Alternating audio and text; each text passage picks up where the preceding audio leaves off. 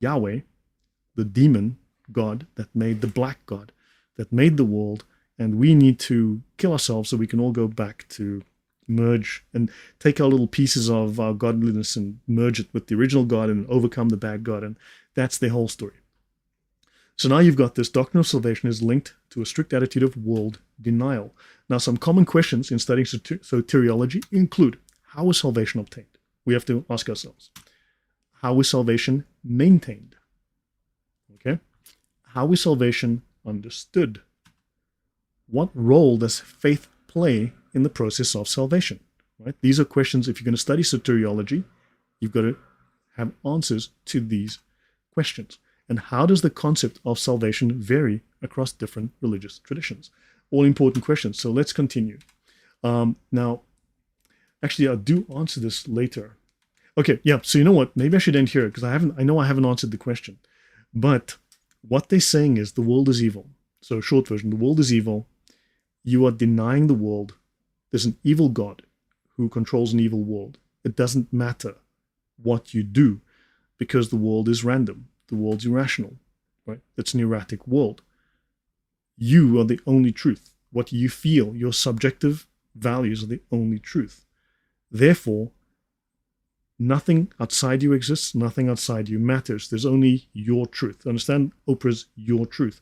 Therefore, only your faith, only your belief can save you, because that's a universe out there that doesn't matter, right? Nothing matters except what you think. What you do is irrelevant because once you die, there's going to be whatever. Do you understand? It's completely incoherent, but it relies on your thoughts alone, your ideas alone, your faith and belief alone. There's no actions, there's no sacraments, there's nothing good outside. So then you start to get this idea of faith alone, but we'll discuss that. Let me do, actually, let me talk about this briefly. Okay. No, actually, let me end here. This is a good spot. This is a good spot. We're halfway, and I'll end here.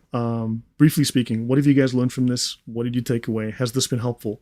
So we're trying to understand the origins of some of these ideas that have become what we call scientific today. And we'll see they're not scientific, they are pagan. So I need to get into this. So Gnostics have their own personal beliefs, and they will be saved by these own beliefs of theirs. So yeah, guys, so your thoughts, I would love to know. And if you have additional thoughts, drop them in the comments later. But any last questions before I go on? Yeah. So do you understand? But this idea is in complete, these ideas are in complete opposition. If nothing outside you exists, if everything's illusion, then only what you do matters. Only what you believe matters.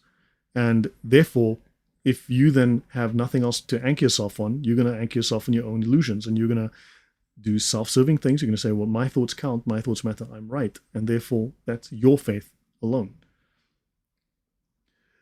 Yeah, I do, yeah. Once you look at the perspective, and as we go through this, we're going to start to see how this all starts to connect. I have to restart the video, I arrived too late. Yeah, I normally just watch on 1.75 speed. Yeah, Gnostic ideas everywhere, practiced by pagans too. Yeah, you'll find all sorts of shades of these ideas. So let me end here, and we will talk about this next time. So yeah, I will be doing a show on Sunday with Thunderous One. On Monday, I'm supposed to be doing a talk with Kennedy Hall. I'll be talking about, on his channel, I will be talking about Darwin. And then I'll try and I'll do part 2 of this on Tuesday and finish these slides. And then I'll do another section after that to talk more about materialism from a different angle, and to see just how scientifically it's completely backwards. So the psychopathic way of viewing the world, yeah, I'd agree with that. The twisting of words, I see the connection with Islam. I remember from your Freemason talk, the connection with Egypt and the word magic. Yes. Yeah, which we kind of touch on, if I go here, which we'll kind of touch on here.